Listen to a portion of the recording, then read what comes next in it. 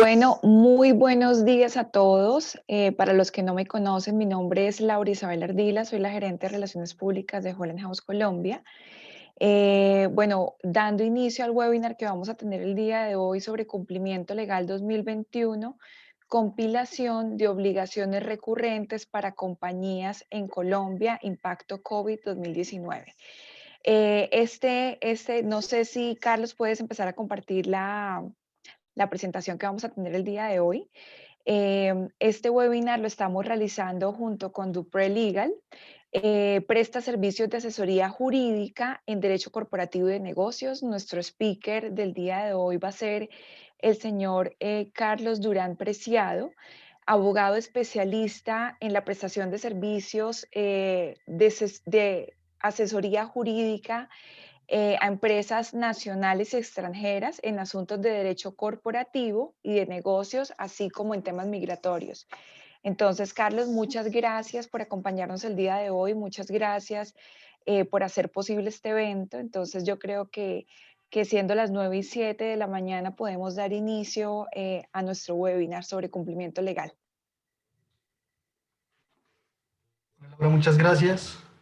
Hola a todos, buenos días. Muchas gracias por registrarse, inscribirse y participar en el evento. Espero que sea de mucha utilidad. Como les comentaba Laura, yo trabajo como abogado en Dupré Legal. Asesoramos clientes nacionales y extranjeros, tanto en su llegada a Colombia y puesta en marcha de su operación, tanto como para empresas colombianas que están en Colombia con revisión de contratos, estructuración de negocios, así como trámites migratorios ante el Ministerio de Relaciones Exteriores. El día de hoy pues tenemos un programa bastante útil para la época. Es el primer trimestre, el trimestre del cumplimiento legal, y es donde tenemos que cumplir una serie de obligaciones de la sociedad, y las cuales pues tienen muchos detalles que si uno omite o no cumple de manera completa puede generar problemas dentro de la sociedad y frente a entidades de control. Entonces pues es bastante importante que todos los requisitos se cumplan de manera completa y se hagan, digamos, con los procedimientos que establece la ley. Eh, la metodología que vamos a usar para esta presentación, digamos, es describir qué es cada obligación que yo les voy a mencionar, quién la tiene que ejecutar, en qué momento y cómo se debe hacer. Entonces, pues, este es el programa para el día de hoy. Es un programa bastante ambicioso, si me preguntan, para la hora y media que tenemos, pero pues espero que el tiempo sea suficiente y alcancemos. Si tienen alguna pregunta, no duden en escribirla en la casilla de preguntas y respuestas o en el chat. Si la pregunta pues resulta relevante para el momento en el que estoy en la presentación, puedo detenerme y responderla, o si se pasaron del momento de la pregunta, podemos resolverla al final con mucho gusto. Igualmente les quería contar que pues voy a estar disponible para atender llamadas de ustedes durante el día de hoy, llamadas de 30 minutos sin ningún costo para aclarar algún tema que pueda surgir durante este seminario y con estos temas de cumplimiento legal. Entonces, si no hay ninguna pregunta de arranque, pues yo creo que lo mejor es comenzar. Con esta presentación lo que queremos es cubrir, digamos, la cronología y la línea del tiempo que se debe seguir para todos los trámites de cumplimiento legal en este año. Yo hablé del primer trimestre porque el primer trimestre es donde se deben celebrar las asambleas ordinarias. Sin embargo, hay obligaciones que se extienden hasta el primer semestre e inclusive hasta agosto, dependiendo de la obligación que sea. Entonces, yo quiero abarcar esto en un orden, digámoslo así, lógico, en un orden de pasos que se tienen que seguir. Sin embargo, hay actividades que también son paralelas y se hacen a un lado del otro, y se los haré saber entonces en el momento de cada tema. El primer paso, lógicamente, es la preparación de estados financieros. Junto con los estados financieros se debe presentar a los accionistas un informe de gestión, es una rendición de cuentas. Se debe hacer un análisis de hipótesis de negocio en marcha, verificar si la sociedad está en causal de disolución para tomar las medidas necesarias. Y junto con estos temas, pues vamos a ver cómo se deben hacer todos estos procedimientos. Después vamos a hablar de la responsabilidad de los administradores, del procedimiento y la forma en que se deben celebrar las asambleas y juntas de socios. Y una vez se hagan todas estas juntas de socios y demás, unos pasos posteriores que se deben cumplir para algunas sociedades, dependiendo de si están obligadas o no a cumplir con las obligaciones, que es el depósito y transmisión de informes y estados financieros a la Superintendencia de Sociedades, la renovación de registros, licencias y otros permisos que tengan, los programas de transparencia ética empresarial y el sistema de administración de riesgos de lavado de activos, que es bastante importante. Y adicionalmente vamos a mencionar unos temas adicionales, que son obligaciones ya de tipo cambiario, laboral y comercial, que pues espero todos tengan en cuenta y no se nos pase. Como resultado de esta presentación, me gustaría que todos pudieran tener claro cuáles son las obligaciones que tienen que cumplir, puedan crear de cierta manera un checklist, una lista de chequeo que les permita llevar un control. Si les está haciendo falta algo o no lo han hecho, pues que tengan tiempo de corregirlo antes de las asambleas, y que puedan cumplir con todas sus obligaciones. Entonces, el primer tema es la preparación de estados financieros. Frente a los estados financieros, lo que hay que decir es que son tal vez el aspecto más importante de la operación de una sociedad. Lo digo de esta manera porque los estados financieros desde el punto de vista legal constituyen prueba. Entonces, todo lo que la sociedad haga debe quedar reportado en estados financieros y en la eventualidad que haya algún problema, una diferencia entre socios, una diferencia con la administración o una diferencia con terceros, esto va a ser la prueba de lo que uno alega en un proceso. Entonces, ¿qué son los estados financieros? Pues tenemos en Colombia estados financieros básicos y consolidados. Creo que esto pues con su contador y todos lo han revisado en múltiples ocasiones, pero son el balance general, estado de resultados, estado de cambios en el patrimonio, estado de cambios en situación financiera y estado de flujos de efectivo.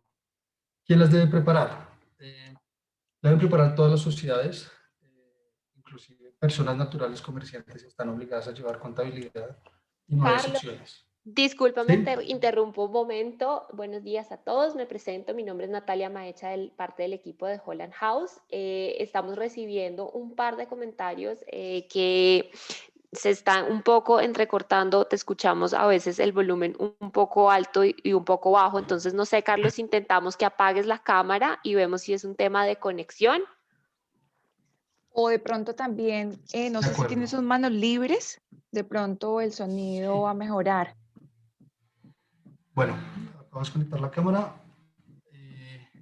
Me cuentan si así está mejor.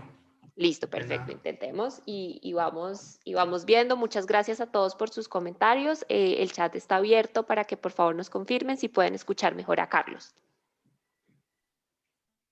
Listo, muchas gracias. Entonces, les comentaba, todas las sociedades están obligadas y deben preparar los estados financieros al periodo terminado el 31 de diciembre de cada año. Existe una norma especial para aquellas sociedades que son las matrices o controlantes de sociedades subsidiarias que deben preparar estados financieros consolidados o combinados. Y la periodicidad es, como les dije, mínimo una vez al año al final del ejercicio, que es el 31 de diciembre de cada año. ¿Cómo se deben preparar? Estos son, digamos, generalidades, pero es importante tenerlas en cuenta. Es en español deben estar. No es posible llevar la contabilidad en un idioma diferente. No lo recomiendo tampoco porque no serviría de prueba en un proceso.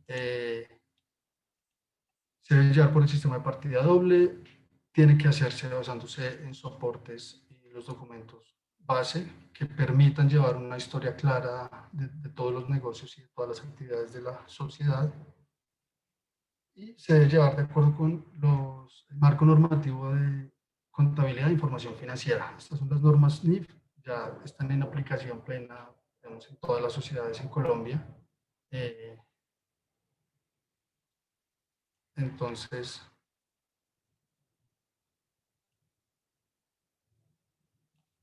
¿me confirman si está bien el sonido? No sé si en este momento ya estamos bien.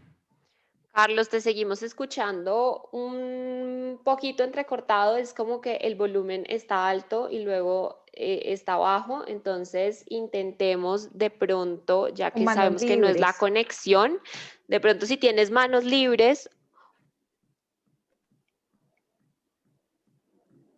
Claro. Bueno, acabo de cambiar a otro manos libres. No sé si de Listo, pronto está Perfecto. mejor. intentemos Mejor. y ¿Sí está muchas mejor? gracias a todos Sí, las personas que nos están comentando en el chat. sí. Por favor, nos ayudan a confirmar si escuchamos mejor a Carlos. Gracias a todos y Carlos, adelante. Bueno, qué pena con ustedes. Muchas gracias. Y un aspecto importante ya en la forma de cómo se debe hacer es que deben estar dictaminados y certificados. Si la empresa tiene revisor fiscal, debe ir con un dictamen del revisor fiscal, y si no, deben estar certificados por el contador de la sociedad. Vale decir que el contador pues, debe ser un contador inscrito en Colombia con su tarjeta profesional vigente, y que no puede ser llevada por personas que no cumplan con estas características. Por último, y algo que es muy importante porque tiene que ver con las revelaciones, es decir, con explicar los números que están en la contabilidad, son las notas.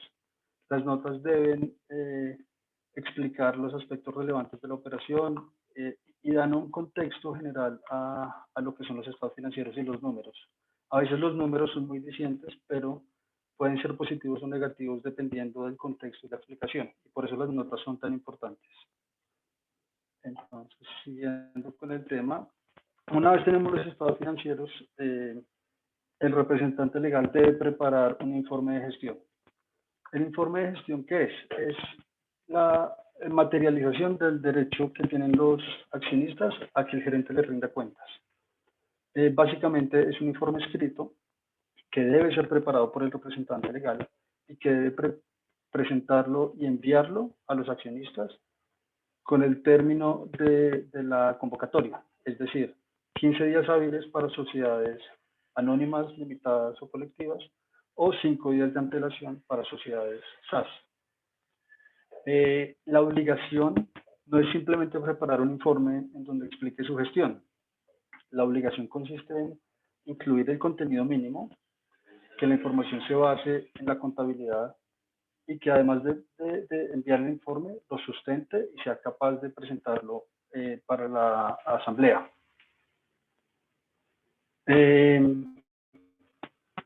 Este informe básicamente tiene que ser aprobado por la asamblea.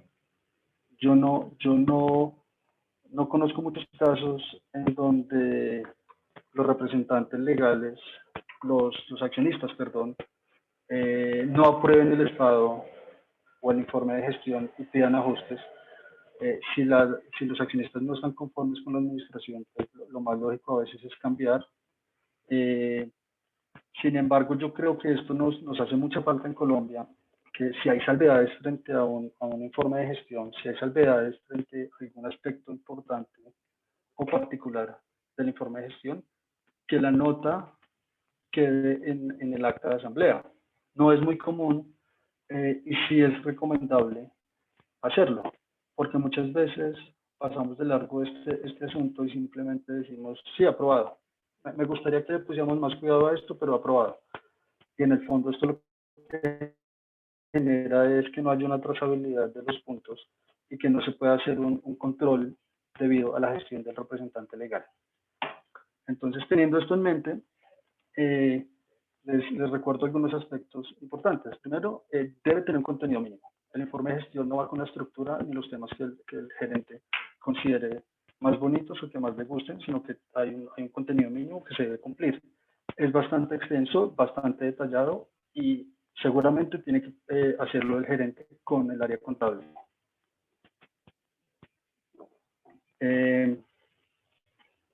El segundo punto es que se debe preparar basado con la información financiera. Debe ser puesto en conocimiento de los socios en el mismo periodo que ellos tienen para inspeccionar, para ejercer su derecho de inspección. Incluye la obligación de sustentarlo, poderlo explicar en la asamblea o en la reunión. Todos los accionistas deben pronunciarse. Esto no es un derecho de los minoritarios o de los mayoritarios, es de todos. Entonces debería haber, digamos, un pronunciamiento de parte de todos los accionistas. Si hay junta directiva, el informe debe ser presentado primero a la junta directiva para que la junta directiva también tenga tiempo de revisarlo y de aprobarlo en su reunión ordinaria, y después debe pasar a los accionistas en la asamblea. Y si hay un grupo empresarial, hay una obligación especial de que el informe debe contener unos apartes especiales sobre los estados financieros consolidados y las sociedades subordinadas. Sobre el contenido mínimo del informe de gestión, y les decía que es un poco largo, se nos van a ir 2 diapositivas, esta es la primera de las 2. Básicamente tiene que hablar de la evolución de los negocios, es decir, cómo ha prosperado el negocio, cómo ha avanzado la operación de la sociedad. El segundo punto es la situación jurídica, económica y administrativa de la sociedad. Son 3 puntos. La situación jurídica relacionada con todos los aspectos de índole legal. Pueden ser permisos, licencias, renovaciones, marcas, patentes, procesos legales.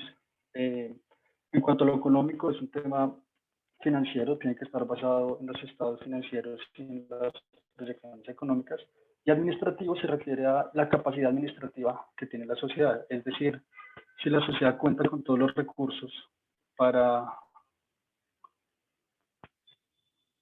Acabo de recibir un mensaje que se está oyendo mal. No sé si sea un problema de todos o si tal vez es mi conexión ahora. No, Carlos, yo creo que te escuchamos mucho mejor ahora. Ok, voy a continuar. Si se genera el problema otra vez persistente, les agradezco si me dicen y tomamos alguna medida para corregirlo.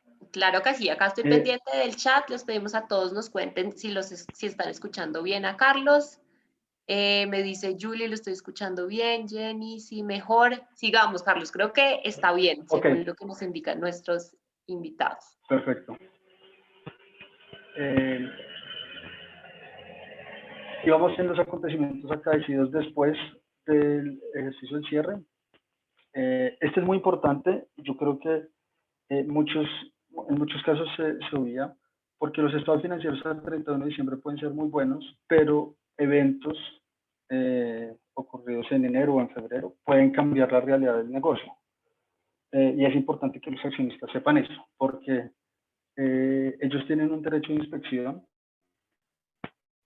para la asamblea que llega hasta el 31 de diciembre sobre los documentos y la contabilidad. Y en este caso,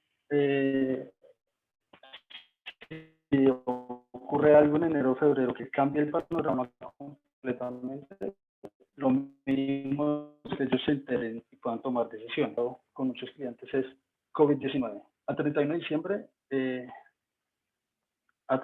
diciembre, todo era muy distinto a como era en 2020.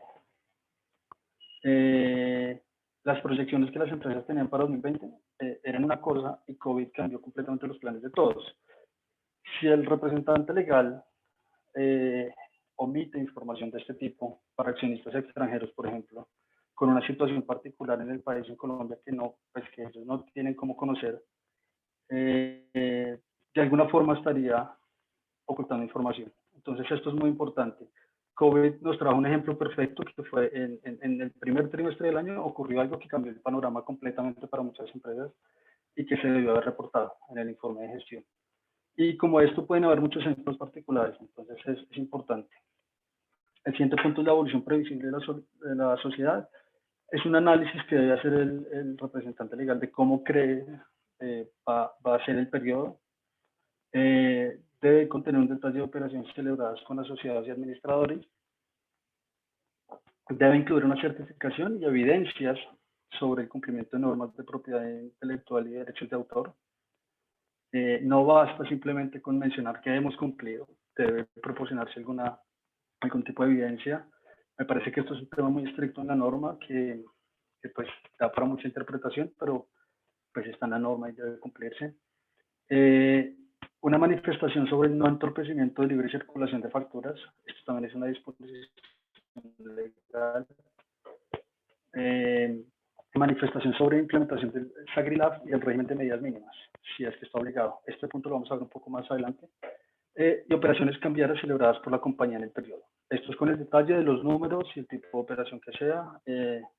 Y pues yo recomiendo incluir también si fueron o no canalizadas a través del mercado cambiario y los formularios, si se cumplió con todas las obligaciones formales. La segunda parte del informe de gestión, entonces, contiene los comentarios sobre datos contables y estadísticos.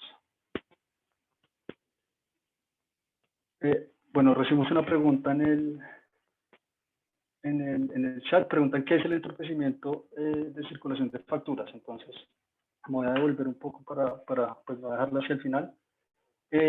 Las facturas de venta son títulos valores, por así decirlo, son documentos que tienen un valor y que incluyen una obligación, y estas pueden ser transferibles vía endoso, es decir, una persona las puede endosarle, perdón, una factura a un tercero, y ese tercero puede cobrárselas a la empresa que la emitió.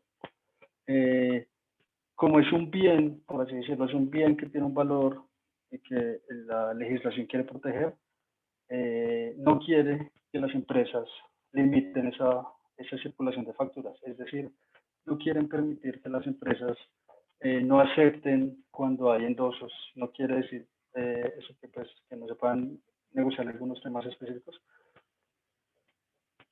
Pero en ese caso, pues lo que se debe hacer es permitir que haya una libre, digámoslo así, transmisibilidad de las facturas y que la persona que sea el legítimo tenedor pueda cobrarla al emisor.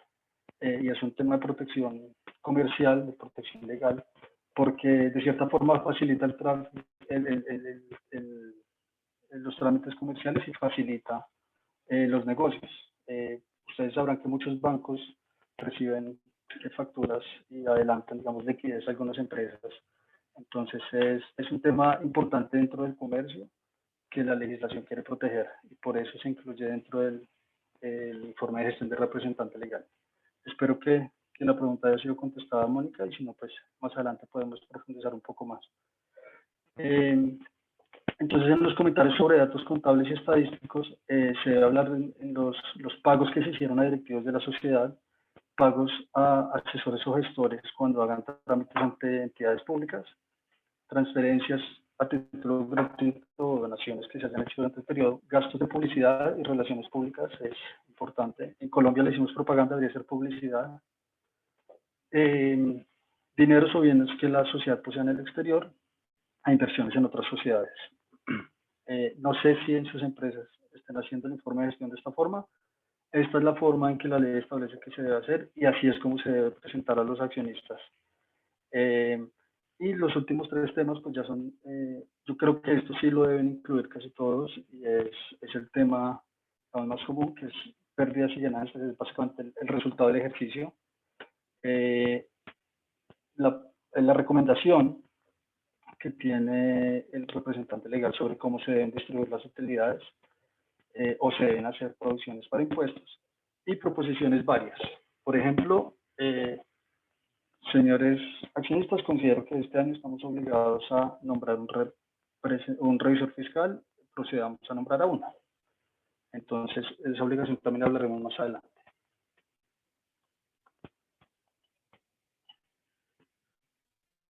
Habiendo aclarado este tema, ya tenemos entonces los estados financieros y tenemos el informe del representante legal. Corresponde hacer un análisis que se llama el análisis de hipótesis de negocio en marcha. Esto es básicamente un análisis que debe hacer el representante legal para determinar si la sociedad se encuentra o no en causal de disolución y si puede continuar o no con su operación. Entonces, es un análisis que hace el representante legal basándose en los estados financieros y en los resultados y las proyecciones que tenga, y se debe hacer al finalizar el ejercicio cuando ya se cuentan con los estados financieros. No hacerlo genera que se comprometa la responsabilidad del administrador por una razón, y es que si la empresa está en problemas económicos y no toma las medidas para corregirlos, puede estar afectando a terceros que tengan créditos o que tengan contratos y obligaciones con ellos. Y por eso es que si el representante legal no presenta esta información y no ayuda a que los accionistas tomen las decisiones pertinentes para corregirlo, se ve incluida su responsabilidad. Entonces, es un tema bastante importante y es reciente, no en la medida que la hipótesis de negocio en marcha no existiera antes, ya existía antes, pero a partir de la ley de emprendimiento o de fomento al emprendimiento del 31 de diciembre, tomó mayor fuerza porque se incluyó como causal de disolución. Entonces, esto es un tema importante. Ya cuando uno habla de causal de disolución, entonces tiene que involucrar a la asamblea, ya no es la gerencia la que toma la decisión de cómo solucionar el problema, sino que tiene que ser la asamblea y los accionistas quienes decidan. Y por eso es que toma una mayor relevancia. ¿Cómo se debe hacer el análisis de negocio en marcha? Entonces, son 3 preguntas las que hay que hacerse.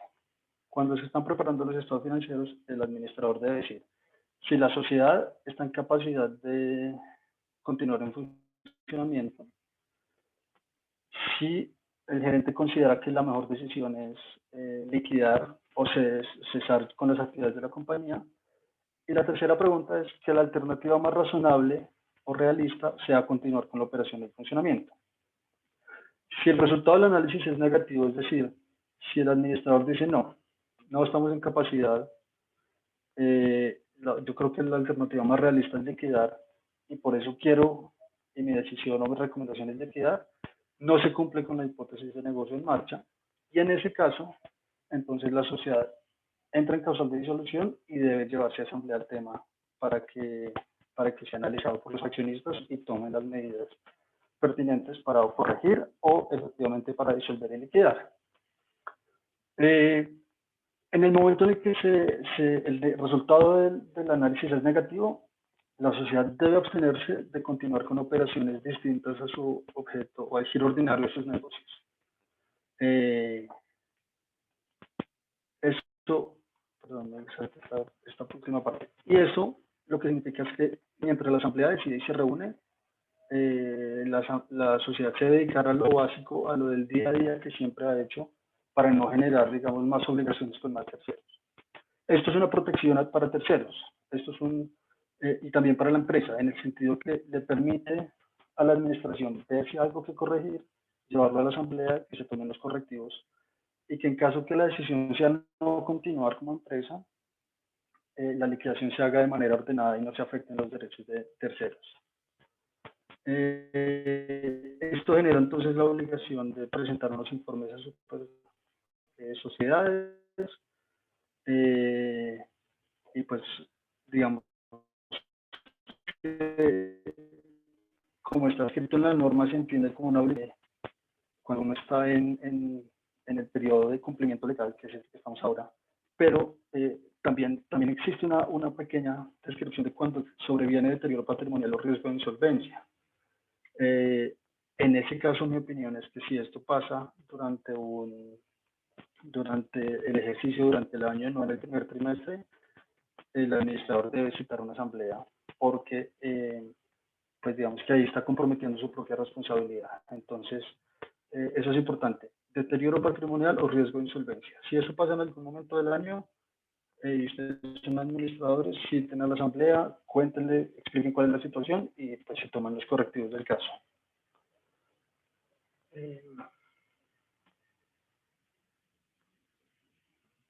Bueno, hay una pregunta en el chat que dice que hay una sociedad que fue contratada y constituida para ejecutar un contrato de 10 años y está actualmente en el año 9º. ¿Es esto causal de hipótesis de negocio en marcha? Pues bueno, depende. No, la respuesta no es no. Depende de las proyecciones que tenga la empresa en el país. Si existe la posibilidad de conseguir un nuevo contrato y la intención también de los accionistas, en ese caso yo diría no. no es necesariamente un incumplimiento al análisis de hipótesis de negocio en marcha. Y tampoco creo que sea para entrar en causal de disolución. Eso siempre y cuando, pues digamos, se pueda solucionar y se pueda llegar a un nuevo contrato y demás. Pero entonces en este caso, bueno, me está respondiendo ya en el chat que no existe la intención de continuar. Entonces, pues en ese caso yo creo que lo mejor es irse a liquidación voluntaria.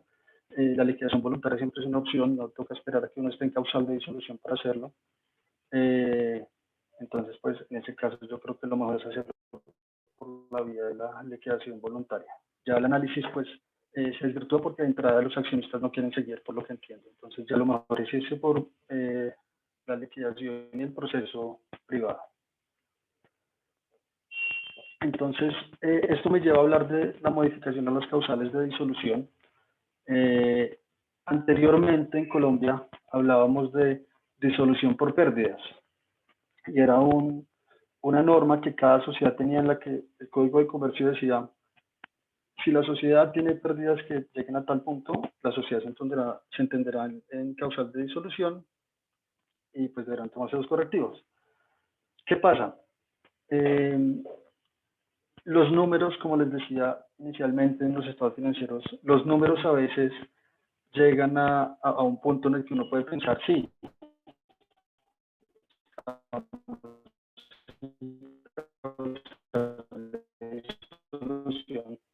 sin embargo, no es la realidad del negocio. Va a terminar de pagar un crédito o una obligación que va a mejorar los estados financieros. Siempre depende de una u otra circunstancia.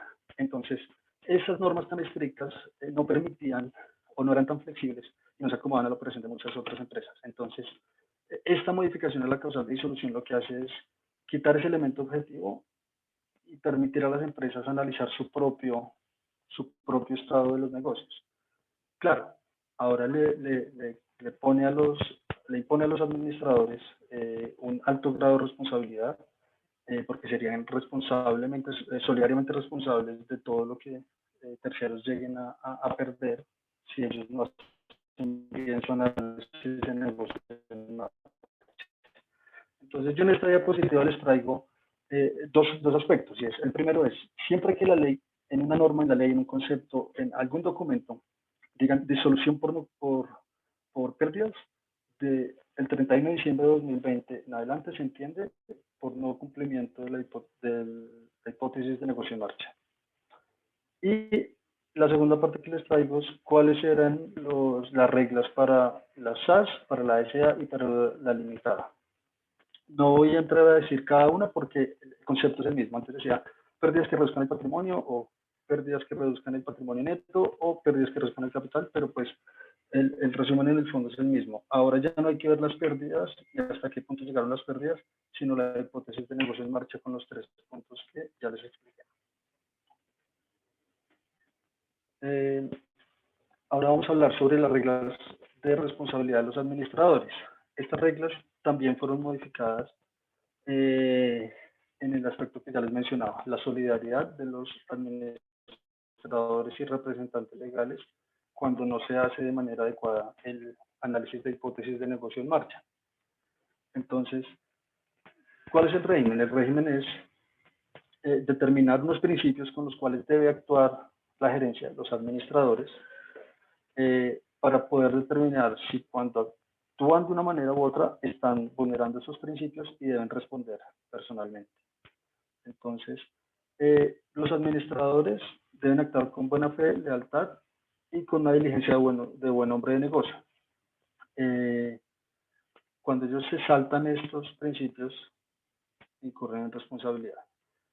Los representantes legales son, los administradores, perdón, son representantes legales, miembros de junta directiva, el liquidador en caso que la sociedad esté en liquidación, factor que pues bueno es un tema muy técnico, pero es el nombre que la ley le da al administrador de establecimientos de comercio, y quienes ejerzan funciones de este tipo según los estatutos de cada empresa. Entonces, ¿cómo y cuándo responden? Estas son las reglas generales. Entonces, por acción o por omisión, responden solidaria e ilimitadamente por perjuicios que ellos causen por culpa o dolo. Puede ser tanto a la sociedad, a los accionistas como a terceros. Y pues hay unas excepciones, es cuando no conocían de la acción que se ejecutó o pues no tuvieron nada que ver con la omisión, o cuando votaron en contra de esa decisión y además no la ejecutaron. El segundo punto es cuando se presume la responsabilidad. Y esta es una presunción, quiere decir que la ley dice, yo considero que el administrador es responsable si incumplió sus funciones, se extralimitó en las facultades que tenía, si infringió la ley, o cuando proponen o ejecutan una distribución de utilidades que no se basó verdaderamente en cifras reales. Entonces, esto parece muy alejado de la realidad y todo, pero yo creo que esto es algo que puede ocurrir con mucha frecuencia, especialmente si uno ve en sociedades donde hay accionistas mayoritarios y minoritarios. Los accionistas minoritarios no tienen una injerencia tan grande en la administración como si la tienen accionistas mayoritarios. ¿Cuál es el cambio en la responsabilidad de los administradores? Ahora, en adición a estas causales, si no hizo el análisis de negocio en marcha, de hipótesis de negocio en marcha de manera adecuada, responde solidariamente. Entonces, es un punto a tener en cuenta porque uno puede decir, mire, yo actué con toda la diligencia, no omití nada, pero pues no hizo el análisis de negocio en marcha. Yo creo que está en uno de estos eventos y responde solidariamente. Entonces, bueno, entramos ahora al punto de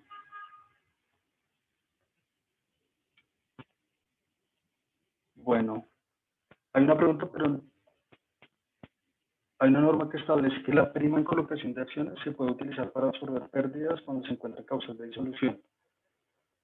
Se entenderá que la prima se puede utilizar para absorber pérdidas sin que haya la causa de disolución.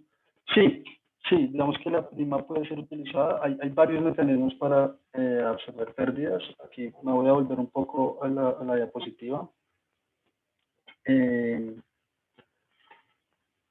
Estas son varias alternativas. Digamos que la ley da algunas opciones, pero contablemente, digamos, jurídicamente hay formas que se pueden utilizar para enjugar pérdidas. Efectivamente, usar la prima en colocación de acciones es una de estas opciones y no es necesario que la sociedad esté en causal de disolución. Entonces, si hay pérdidas, sí se puede utilizar la prima en colocación de acciones para absorber esas pérdidas. Esto es en respuesta a una de las preguntas del chat. Pasando al siguiente tema, ya las reuniones ordinarias de junta directiva y del máximo órgano. Yo creo que es uno de los puntos más importantes de este webinar por los cambios que ha habido a raíz del COVID. Entonces, ¿qué son las reuniones? Son las reuniones en donde se ventilan todos los asuntos de la sociedad. Se deben hacer tanto en junta directiva, para las sociedades que lo tienen, como en el máximo órgano social, que puede ser asamblea o junta de socios. Se tiene que hacer por lo menos una vez al año, a más tardar el 31 de marzo de cada año. Esto es una norma imperativa. Las asambleas que se hagan después del 31 de marzo de cada año ya no son ordinarias. Esas se denominan extraordinarias por el tiempo, pero ordinarias por el tema. ¿Quiénes las deben celebrar? Los accionistas, que son pues, los socios de la empresa. Y pues aquí participan entonces el revisor fiscal, los representantes legales, que son los que preparan toda la información, y los contadores. En el sentido que ellos son los que preparan la información, no es que tengan que estar en la reunión como tal. ¿Cómo se deben celebrar? Entonces, pues aquí abro una serie de temas que voy a proceder a explicar, pero más básicamente me quiero referir al derecho de inspección, a la convocatoria, a los temas que se deben tratar y a los tipos de reuniones que existen. Cuando digo tipos de reuniones son la forma en que se pueden hacer las reuniones y, digamos así, la clasificación que existe de las reuniones según la forma en que se hagan. Y por último, hablar de la firma de las actas y el plazo para sentarlas en el libro. Entonces, El derecho de inspección. Este derecho es, digamos, vital. Si no se cumple con este derecho y no se respeta este derecho de los accionistas, se puede afectar todas las decisiones que se tomen en una reunión. Y este es el derecho básicamente que tienen los asociados a revisar libros y los papeles de la sociedad. Este derecho se debe ejercer en un tiempo específico. Dependiendo del tipo de la sociedad, tendrán 15 días o 5 días hábiles o lo podrán hacer en cualquier momento. En las sociedades anónimas, S.A. se deben hacer, ellos solo tienen el derecho durante 15 días hábiles antes de la reunión. Esto, como van a ver, es el mismo periodo para la convocatoria. En las SAS son 5 días hábiles antes de la reunión. Y como van a ver, esto también es el mismo periodo que hay para la convocatoria. El lugar en el que se debe ejercer normalmente es en las oficinas de la sociedad. Sin embargo, pues, dadas las circunstancias actuales causadas por la pandemia, se puede hacer de manera virtual, para lo cual cada sociedad debe disponer de mecanismos virtuales para que los accionistas puedan revisar la información. Y pues bueno, ya depende de cada sociedad los mecanismos de seguridad que adopten. Lo recomendable es que, como son todos los papeles sociales, pues que lo hagan de la manera más segura posible. ¿Sobre qué documentos recaen? Esto es muy importante porque negarle el acceso a un accionista a alguno de estos es una limitación a su derecho a inspección y puede afectar las decisiones de la reunión.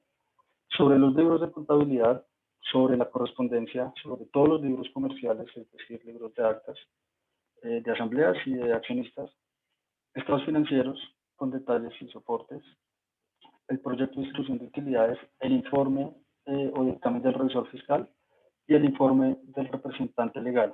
Qué pena que acá en la diapositiva se me fue 2 veces el revisor fiscal, pero el representante legal.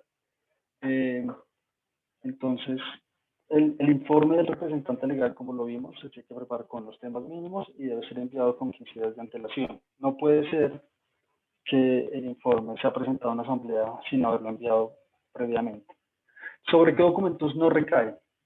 Secretos industriales, cualquier documento que contenga este tipo de secretos, pues sobre ese no recae.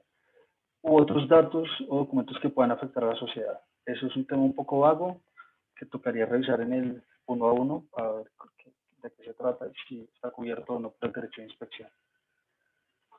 Ahora vamos a hablar de la convocatoria. La convocatoria es la citación que hace el representante legal a los miembros, ya sea de la Junta o de la Asamblea, para que se reúnan. La convocatoria puede parecer muy sencilla, pero es muy importante y debe ser muy detallada para que todos los accionistas tengan la información clara y completa de cómo se va a hacer la asamblea. ¿Cuándo se va a hacer la convocatoria? En los mismos términos que dijimos para el derecho de inspección. Entonces, con antelación de 15 días para S.A. limitada o colectiva o otros tipos societarios, este plazo era ayer, teniendo en cuenta que este año Semana Santa cae jueves 1 y viernes 2, entonces 15 días hábiles fue ayer, 8 de marzo. Y la otra es sobre las SAS, son 5 días de antelación, 5 días hábiles de antelación a la fecha que se propone para la reunión. Voy a responder una pregunta que está en el chat, es sobre la correspondencia, a qué tipo de correspondencia se hace referencia. La correspondencia es un papel, digamos, comercial, es un documento o es un conjunto de documentos que pertenecen a la sociedad y no hay distinción frente a qué tipo de correspondencia se puede o no se puede revisar. Entonces, es recomendable tener un sistema de correspondencia organizado que permita acceder a distintos documentos y entender y saber qué fechas llegaron y si se dio respuesta o no a cada documento. Lo más importante, pues yo creo que es la correspondencia con entidades de control, proveedores, sistema judicial en caso que se hayan recibido notificaciones de demandas y demás. Bueno, en cuanto al medio, por el que, volviendo a la convocatoria ahora, luego de responder esa pregunta, frente al medio por el que se debe hacer según digan los estatutos. Si los estatutos no dicen nada, se deben hacer por comunicación escrita. A los datos de la dirección de contacto, correo electrónico y demás que tengan en los registros de la sociedad. Eh, este derecho, digamos que no se puede renunciar. En la CCA y en las limitadas y pues los otros tipos societarios no se puede renunciar. Es decir, las empresas deben convocar a sus asociados o accionistas y ellos no pueden decir, no, es que no me llegó la convocatoria, igual yo voy a la reunión y renuncio a mi derecho. Si lo hacen y no hay problema, pues digamos que no pasa nada y digámoslo así, la sociedad se salvó o el representante legal se salvó. Pero si hubiera algún problema y el accionista quisiera interponer una acción y declarar la nulidad de la reunión, podría hacerlo o inclusive podría presentarse el primer día hábil de abril y con otra persona más, otro accionista más, y celebrar una reunión por derecho propio. Entonces, es muy importante que la convocatoria se haga bien, se haga en el momento que es y se envíe a la dirección que está registrada en la sociedad. Eh, Volviendo al contenido de la convocatoria, se debe decir pues, cuál es la sociedad, el órgano que lo convoca, la fecha en la que se envía la convocatoria, la fecha, la hora y el lugar exacto de la reunión. Si es reunión virtual, se deben indicar los medios exactos por los cuales se va a hacer la reunión, sea Zoom, Google Meet o demás. Es recomendable enviar de una vez el link para que no vaya a haber confusiones. Se debe indicar el orden del día y esto es una recomendación, no está en la ley igual, pero pues una indicación de que tienen derecho a ejercer su derecho a inspección. En cuanto al orden del día, les quería explicar que uno en una reunión ordinaria puede hablar de cualquier tema, no está limitado a unos temas en específico, pero es mejor incluir todos los temas desde el principio. Los temas a tratar, básicamente, los básicos, es la aprobación de estados financieros, aprobación del dictamen del revisor fiscal, aprobación del informe de gestión del representante legal y la repartición de utilidades para los accionistas. Si un tema no estaba en el orden del día, se puede tratar. Entonces, no tenemos esa limitación que sí tenemos o que sí teníamos con las reuniones extraordinarias en las cuales solo se puede tratar los temas que estén en la citación. Ahora vamos a los tipos de reuniones. Está la reunión ordinaria, esto quiere decir la reunión en la cual se convocó a los accionistas, la convocatoria estaba bien, se hizo en el término de antelación que debía hacerse, hay quórum suficiente y se toman todas las decisiones. Esta es la ordinaria en la que todo salió bien, ese es el mejor de los casos.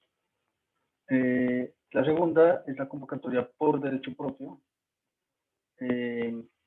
Esta quiere decir que al no haberse convocado o al no haberse convocado bien la asamblea ordinaria, los accionistas se presentan en las oficinas de la empresa el primer día de abril a las 10 de la mañana y pueden tomar las decisiones sin necesidad de convocatoria.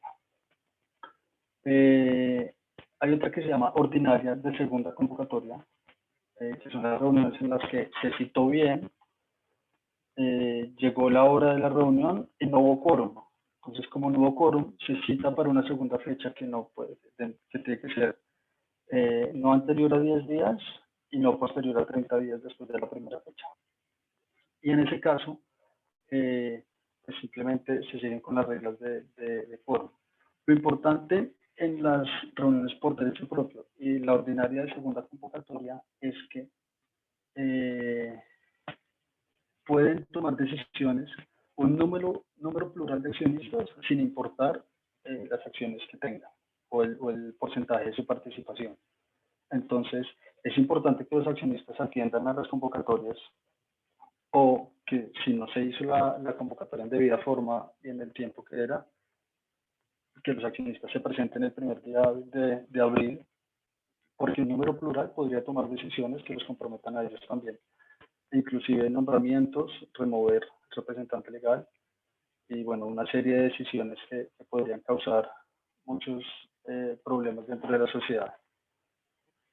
Y por último tenemos las reuniones universales. Esto es cuando el 100% de accionistas están reunidos en un mismo lugar o virtualmente y deciden constituirse en sociedad.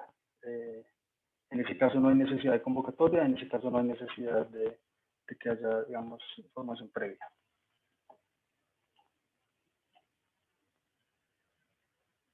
En cuanto a las nuevas reglas por el COVID y las asambleas para este año, entonces, esto aplica para todas las personas jurídicas, sin importar el tipo de sociedad que sean o si son entidades sin ánimo de lucro y demás. Antes, en 2020, el gobierno dijo que había plazo para celebrar las asambleas dentro de un mes, luego del levantamiento de la emergencia sanitaria. Estamos en marzo y la emergencia sanitaria sigue y no se ha levantado. Y por eso, el nuevo plazo que se fijó es 31 de marzo de 2021, tanto para reuniones atrasadas del año pasado como para estas reuniones de este año. Se pueden agotar los temas de los 2 años en una sola reunión y simplemente se debe hacer en orden cronológico. Las fechas para las reuniones por derecho propio son el lunes 5 de abril de 2021 a las 10 de la mañana.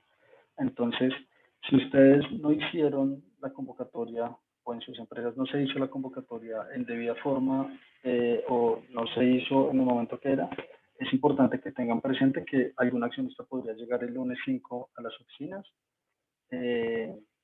y constituirse en asamblea si están en un número plural. Y ahora vamos a hablar de las formas de celebración de las reuniones ordinarias, que pueden ser presencial, no presencial o mixta. Presencial es cuando todos se reúnen físicamente, no presencial es cuando todos, o bueno, una mayoría que constituya quórum para tomar decisiones se reúne por medios virtuales.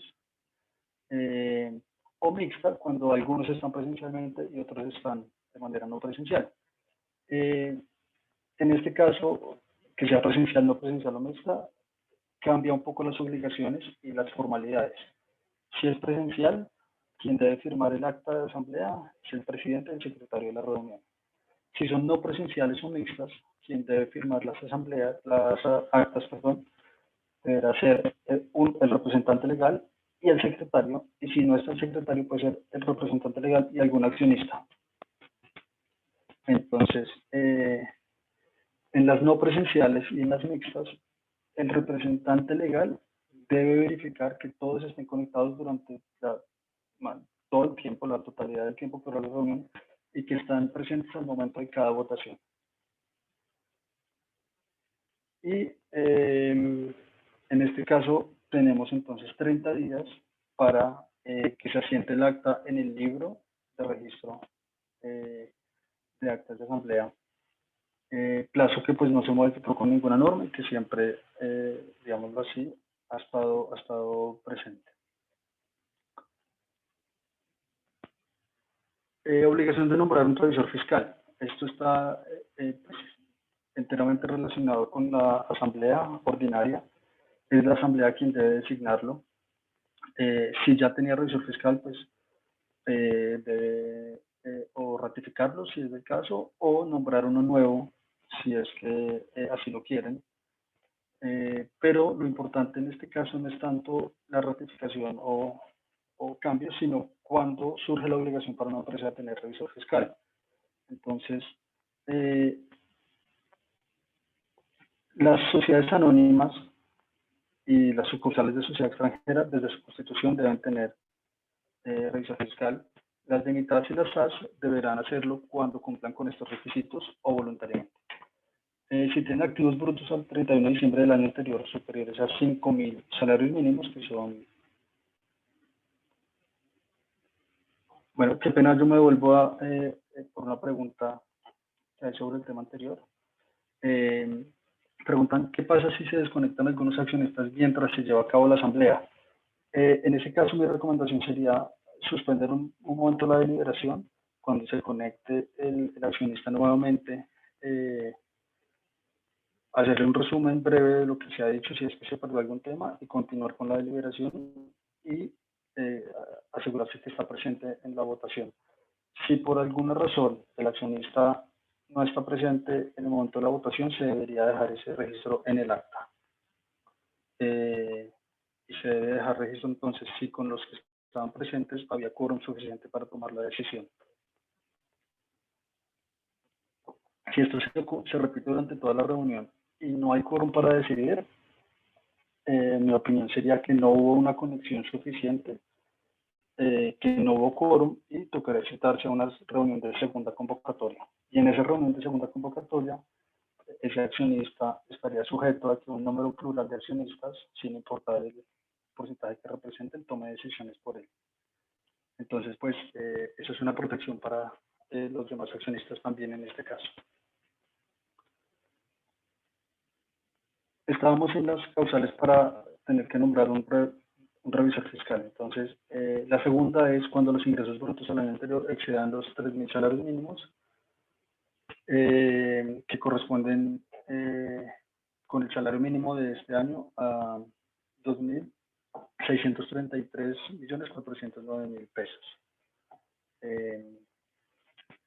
¿Qué quiero destacar de este tema? Nombrar un revisor fiscal es muy importante porque una vez surge la obligación, todas las declaraciones tributarias deben ir firmadas por el revisor fiscal. Y si no están firmadas por el revisor fiscal, se entienden como no presentadas en algunos casos, tendrían que volverse a presentar con su firma, calcular sanción e intereses de mora dependiendo del impuesto. Entonces, es bastante importante y recomiendo que a la reunión de asamblea se llegue no solo con la noticia que se tiene que nombrar un revisor fiscal, sino también con 3 propuestas de 3 diferentes firmas independientes para que sean los accionistas quienes decidan basándose en precio y o servicios ofrecidos y también reputación de la firma. Ahora pasamos al tema de depósito y transmisión de estados financieros. En este caso, se deben transmitir estados financieros a la Superintendencia de Sociedades. La obligación consiste precisamente en enviar unos informes y estados financieros en unos formatos electrónicos que la Superintendencia ha establecido para tal fin. ¿Quiénes deben hacerlo?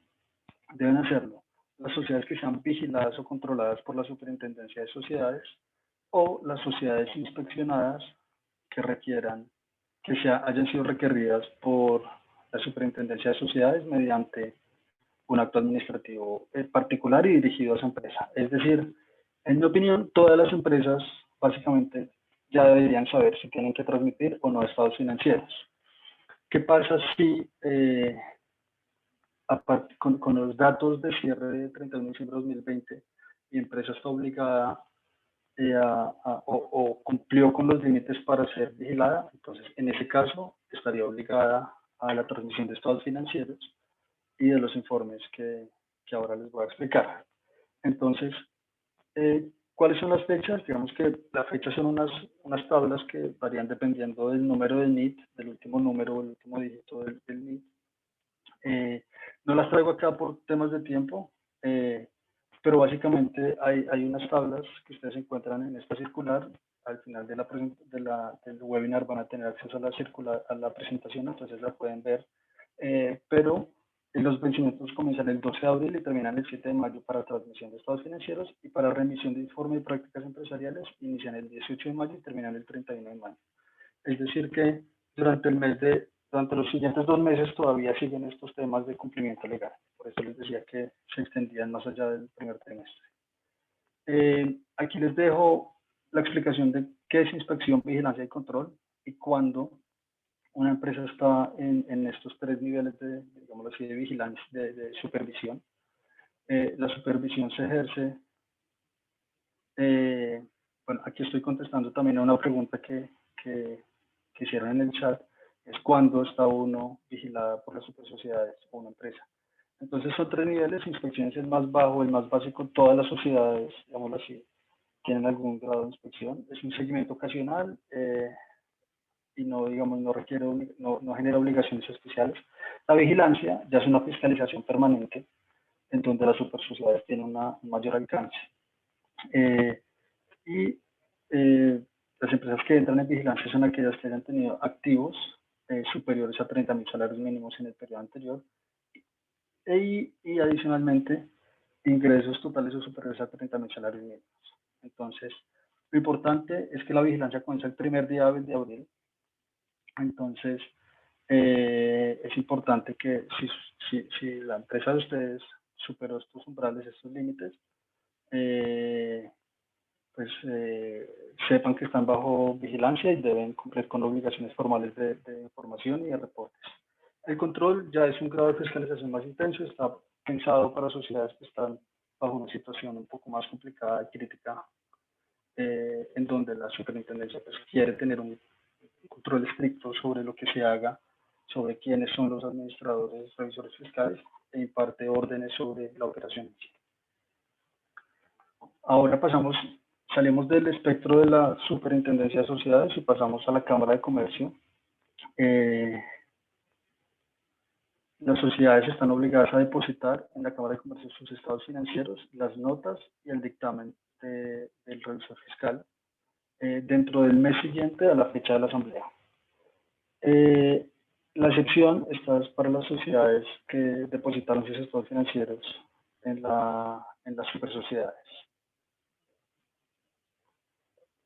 Ahora pasamos ya salimos entonces de la asamblea, aprobamos estados financieros, aprobamos el informe del revisor fiscal. Si había que nombrar revisor fiscal, lo nombramos. Si pasamos a supervisión, a vigilancia, perdón, de la superintendencia de sociedades, pues cumplimos con los informes. Y ahora pues ya este es un tema que sigue con otro tipo de obligaciones que se extienden más allá de los 3 meses. Entonces, la renovación de los registros y las licencias. Este es un tema que se debe incluir en el checklist de cumplimiento legal de todas las empresas, no importa cuál sea el sector o demás, todos tienen que renovar matrícula mercantil. También hay que hacer el registro único de proponentes para aquellas sociedades que participan en procesos estatales. Aquellas que están en el sector del turismo tienen que renovar su registro nacional del turismo. Estos son aspectos corporativos digamos así, su funcionamiento y de prestación de servicios. Y dependiendo del sector, ya sea sector de energía renovable, sectores financieros u otros sectores, deberán renovar los permisos y licencias que tengan, obtener las resoluciones, obtener las habilitaciones y permisos como tal. No entro en el detalle de decir cuáles son los sectores.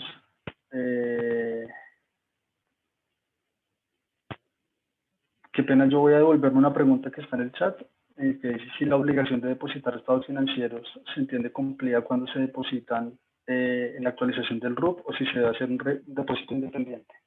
No, las obligaciones son independientes y se deben hacer de manera separada. Entonces, yo creería que lo mejor es que la sociedad lo haga en trámites independientes y también porque los límites o los tiempos son distintos. Y los permisos de funcionamiento, no entro a hacer el detalle de qué sectores. Si tienen alguna duda, pues con mucho gusto me pueden contactar para revisar los términos en que se debe hacer la renovación del permiso de funcionamiento. Algunos de los permisos de funcionamiento son por años, dependiendo de la entidad que esté a cargo, otros pues van desde el momento que se retiraron. Entonces no hay una periodicidad establecida, por lo cual les recomiendo que pues tengan un listado y sepan y planifiquen con tiempo la renovación de estos permisos. Siguiente tema es el programa de transparencia y ética empresarial. Este es un tema que no es reciente, lo que pasa es que tuvo una modificación en 2020, en octubre de 2020. ¿En qué consiste la obligación? Es básicamente en adoptar un programa de transparencia y ética empresarial. Este programa lo que busca es gestionar riesgo de soborno transnacional. Entonces, ¿quiénes deben adoptarlo? Las sociedades vigiladas por la Superintendencia de Sociedades o las sociedades que en el año anterior hayan tenido operaciones internacionales superiores a 100 salarios mínimos, que es un monto bajo, 100 millones de pesos, 90 millones de pesos aproximadamente, y que además hayan tenido ingresos o activos superiores a 40.000 salarios mínimos, que son 35.000 millones. Ese sí es un requisito un poco más alto, como verán, es 10.000 salarios mínimos superior a la causal de vigilancia. Pero se cambiaron estas causales porque la Superintendencia de Sociedades considera, y el gobierno también consideró que pues era importante ampliar el espectro de estos programas de transparencia y tener más sociedades obligadas para que digámoslo así, sea más común el uso de políticas y medidas que permitan prevenir el soborno transnacional. ¿Cuándo se debe adoptar? Si se cumple con los criterios, es decir, si el 31 de diciembre del año anterior cumplieron con esos criterios, antes del 30 de abril del año siguiente. ¿Cómo se debe adoptar? Pues los requisitos y lineamientos como tal están en la circular externa. No podemos entrar en el detalle por temas de tiempo, pero básicamente lo que hay en este programa son unos principios que le permiten a las empresas generar un programa para detectar y prevenir actuaciones que puedan ser consideradas como un soborno transnacional. Entonces hay que establecer un sistema de gestión del riesgo, hay que desarrollar un manual de cumplimiento con unas políticas del programa. Los altos directivos tienen que tener unas responsabilidades específicas dependiendo de la estructura, del tipo de operación y del sector en el que se encuentren. Y se debe nombrar un oficial de cumplimiento para poner en marcha este sistema. Básicamente lo que esto quiere decir es que la empresa debe abrir un área de cumplimiento, si me lo permiten, en donde tome control sobre este sistema y la aplicación de los procedimientos y los manuales.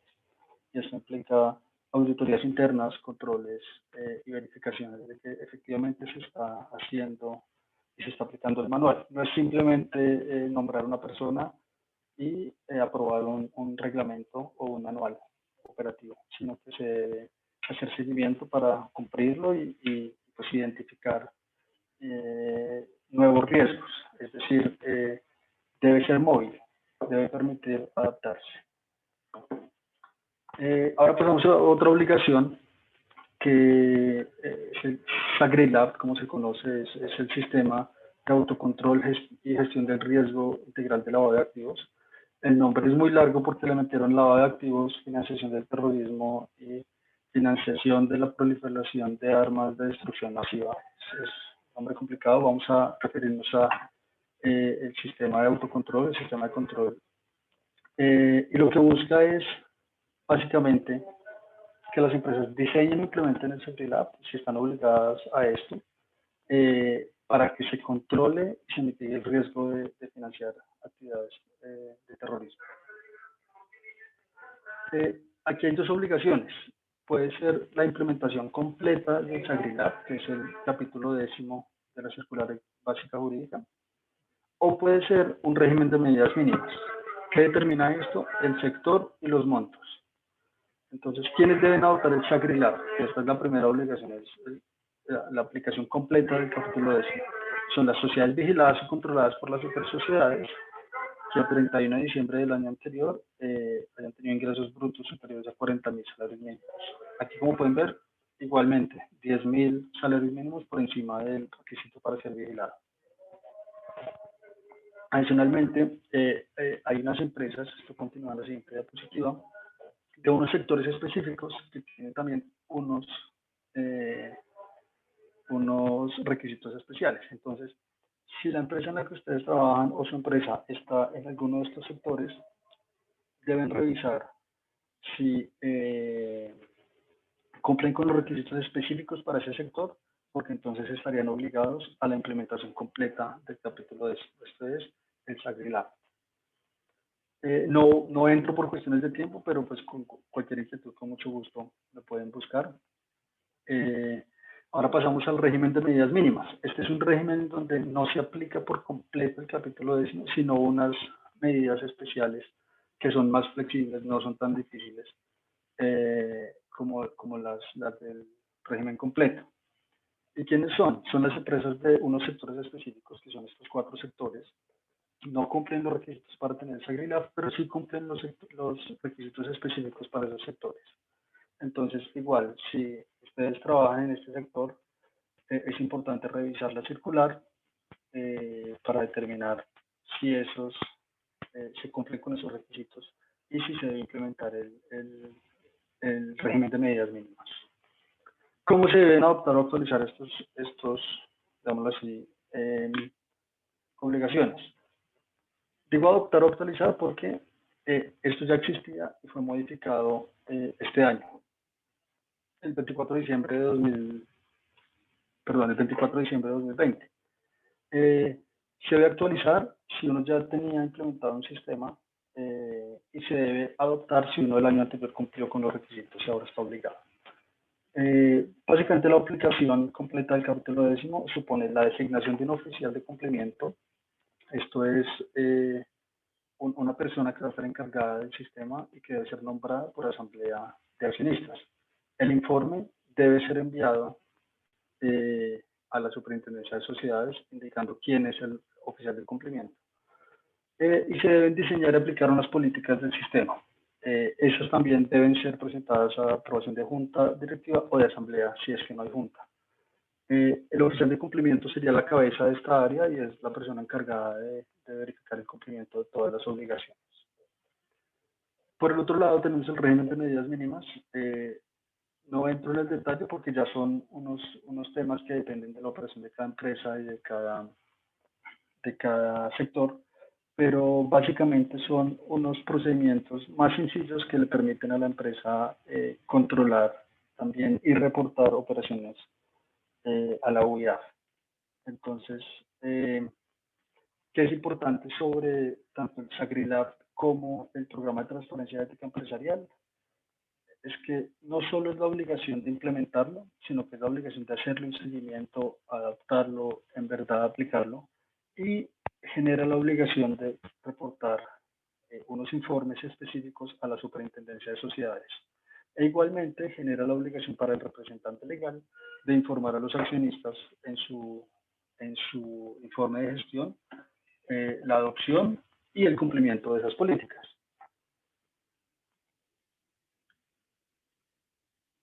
Ahora, ya para el cierre de la presentación, entramos a las otras obligaciones, que son unos aspectos más generales que sirven más como para que tengan en mente y lo incluyan también en el checklist.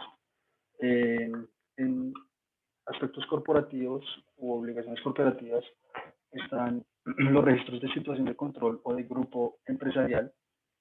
Se debe entonces determinar si se generó una situación de control por parte de un tercero, un externo, y ese tercero debe registrar ante la Cámara de Comercio la situación de control. Si aparte de la situación de control hay lo que se llama unidad de propósito y dirección entre algunas compañías, en este caso estamos en una situación de grupo empresarial que también debe ser reportada y generará obligaciones tanto de reportes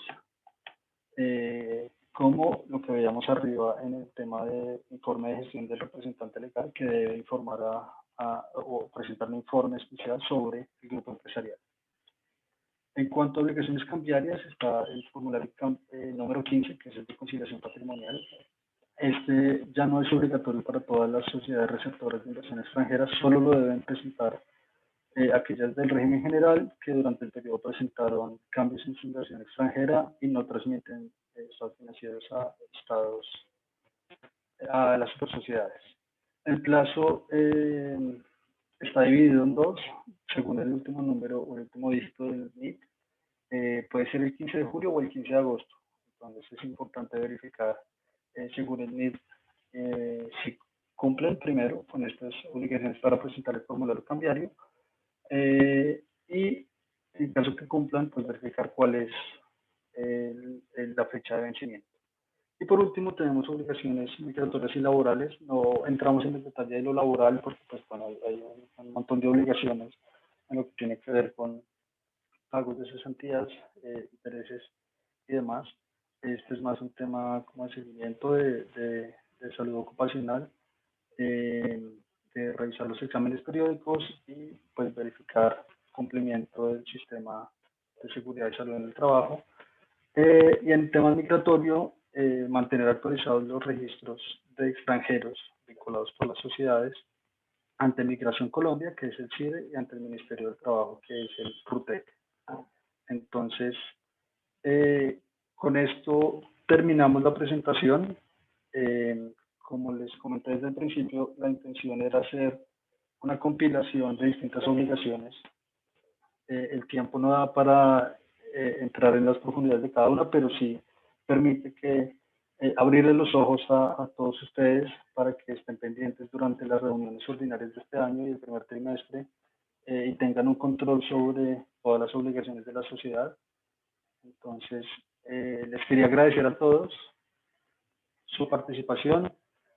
Muchas gracias por las preguntas, muchas gracias por haberse registrado y estar acá con nosotros. Y les recuerdo que si tienen alguna pregunta, pueden enviarla ahora mismo al chat para hacer una pequeña sesión de preguntas y respuestas.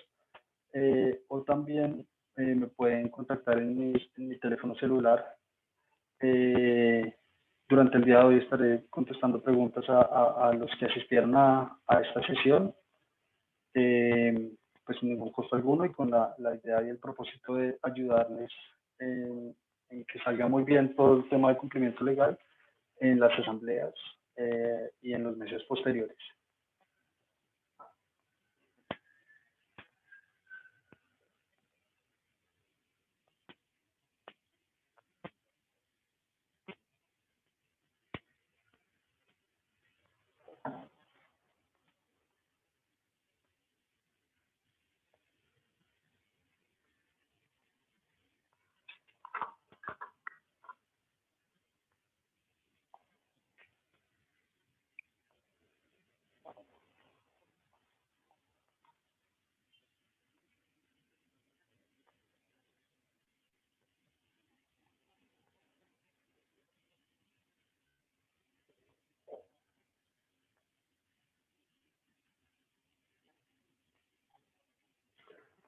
Bueno, les quería, para responder una pregunta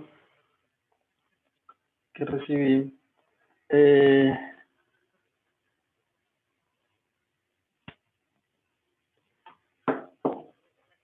sobre las actas. Bueno, las actas no tienen siempre el contenido real de las asambleas y ese es un problema que yo he identificado en debidas diligencias y en revisiones que se hacen sobre el cumplimiento de obligaciones de las asambleas y los miembros de junta. Es que el trabajo del secretario es muy importante en el sentido de, era muy importante en el sentido que el secretario debe escribir cuál es la deliberación. Si hay algún accionista que no está de acuerdo con un tema, debe quedar consignado en el acta. Y si hay alguna persona que no estuvo de acuerdo con la decisión, que quede consignado que su voto no fue favorable y se compute en el resultado. Es decir, si un accionista que tiene el 10% no estuvo de acuerdo, pero los demás sí, debería decir, los accionistas con el 90% de las acciones o cuotas de participación aprobaron esta proposición, tal accionista que representa el 10% no estuvo de acuerdo.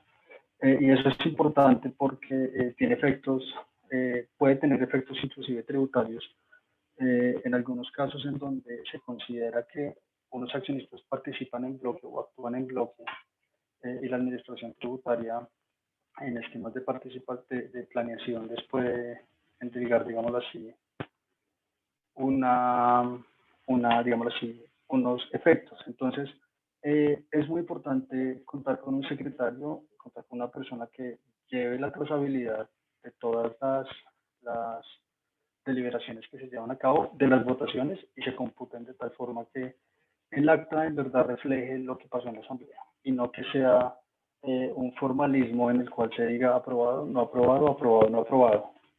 Entonces esa sería una recomendación. Segunda pregunta es sobre el formulario 15. Sí, es cierto, el formulario 15 ya no se debe presentar solamente en unos casos específicos que son los que dijimos en la presentación. Y son casos ya excepcionales según se entiende. Si hay cambios, particularmente si hay cambios durante el periodo en en la composición y si se recibió la inversión extranjera. O sea, un cambio en la inversión extranjera de la empresa receptora. La siguiente pregunta es, ¿qué tipo de operaciones se deben tener en cuenta para la obligación del programa de ética? Las operaciones, voy a volverme a la diapositiva. Las operaciones es bastante general el concepto. Dice operaciones internacionales con personas extranjeras. Yo pensaría que si son operaciones con personas extranjeras en Colombia, no aplica, porque son operaciones, como dice la norma, tienen que ser operaciones internacionales. Entonces, pues en ese caso debería revisarse una a una las operaciones. En mi opinión, son solo operaciones internacionales, que para que una operación sea internacional tiene que haber 2 países involucrados cuando mínimo, en donde haya o una transferencia de un activo o un pago o pues prestaciones de servicios hacia el extranjero. Y debe ser además con personas extranjeras. Entonces, ahí sí pues toca aplicar lo que diga la norma literalmente.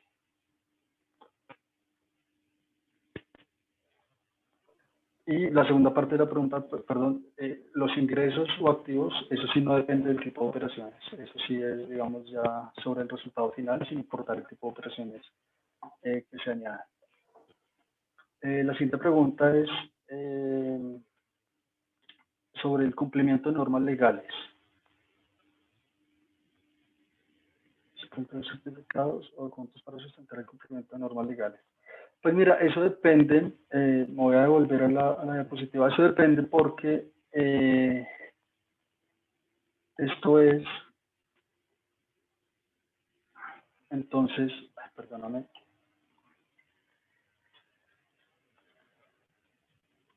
Entonces, depende del tipo de certificados o documentos que se vayan a presentar. Si uno no ha hecho nada que esté, digamos, afectando la propiedad intelectual y los derechos de autor, es que yo no sabría qué presentar, ¿no es cierto? La certificación de las evidencias, pues eso depende de lo que uno quiera certificar. Pero si tú me preguntas a mí, ¿qué puedo yo aportar ahora para certificar que no estoy incumpliendo alguna obligación? Pues, o que no estoy, digamos, ejerciendo alguna práctica concreta, en muchas ocasiones no se tiene un documento o una prueba como tal. Entonces, en este caso, por ejemplo, pues con temas de propiedad intelectual, si no hay documentos que lo soporten, pues es imposible presentar documentos para ese fin. Y más sería que alguien entrara a probar que uno no lo hizo, ¿cierto? En casos que se tenga, por ejemplo, que uno suscribió un contrato con Saico, por ejemplo, esto aplica mucho para establecimientos de comercio abiertos al público que tienen música. Si uno tiene un contrato con Saico para poder reproducir la música, pues podría presentar ese documento como soporte. Pero si uno no tiene ninguna operación que pueda afectar propiedad intelectual y o derechos de autor, pues con la simple, digámoslo así, manifestación, yo creo que sería suficiente.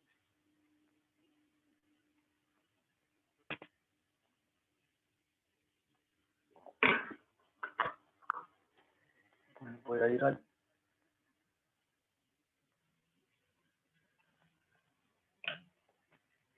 Bueno, hay una pregunta en relación con sociedades en comandita.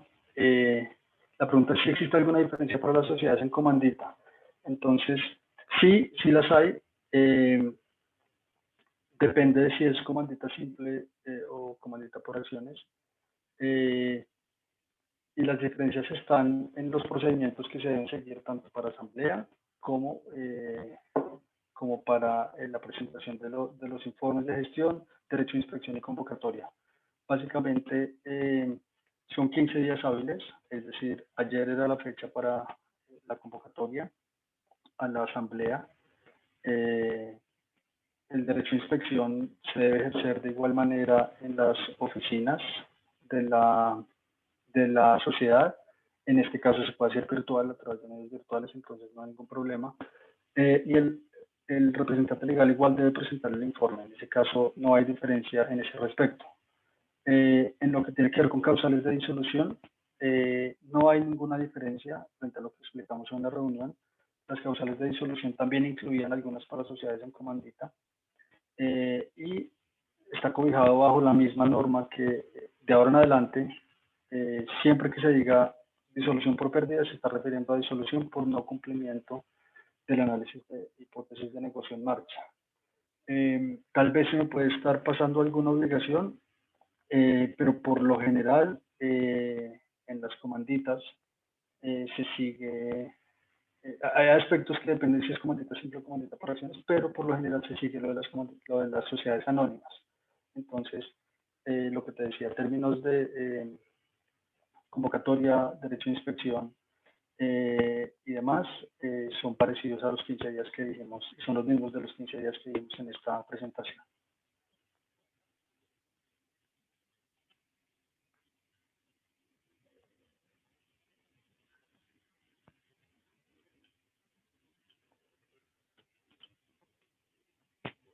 Bueno, no veo más preguntas por ahora ni en el chat ni en el cuadro de preguntas. Les agradezco a todos por su participación. Espero que todo haya sido muy claro, que la información haya sido completa. Cada sociedad tiene su propio mundo, por así decirlo. Cada sociedad tiene sus propios estatutos y hay que revisar también los estatutos para ver qué obligaciones hay para cada una de las empresas y los gerentes o representantes legales. Pero yo quería hacer una compilación de las obligaciones más generales que les sirviera a ustedes para no solo este ejercicio, sino ejercicios posteriores y que pudieran, digamos, organizar todo el tema de las reuniones ordinarias antes de que ocurran. Si les faltó algo o si hay algún requisito que no hayan cumplido, están a tiempo, hay opciones, digamos, de subsanar esas cosas. O, pues, bueno, la mejor opción puede ser llegar todos el primer día hábil de abril a las 10 de la mañana a la oficina para prevenir cualquier problema. Entonces, muchas gracias. Como les dije, en la presentación encuentran mi número de teléfono. Estoy abierto a recibir sus llamadas el día de hoy, sin ningún costo y con mucho gusto puedo aclarar cualquier duda que haya quedado sobre la presentación de hoy. Muchas gracias. Carlos, muchísimas gracias a ti por la presentación del día de hoy. Muchísimas gracias a todos los asistentes que nos acompañaron. Antes de cerrar, quiero recordarles que esta sesión está siendo grabada y será enviado el video completo junto a la presentación de Carlos y los datos de él en la tarde del día de hoy en un correo de memorias. Así que si desean contactarse con él, ya tienen acá los datos, pero también los vamos a enviar en los correos de memoria para que puedan quedar en contacto. Muchísimas gracias, Carlos, por este tiempo y este gran webinar. Muchísimas gracias a todos. Nos vemos en el próximo evento. Recuerden que pueden ver nuestra agenda de eventos en nuestra página hollandhousecolombia.com. Así que los invito a que vayan a revisar la agenda de eventos para que puedan ver los próximos eventos que tenemos. Gracias a todos y espero que tengan buen día. Natalia, muchas gracias. Gracias a Holland House. Chao.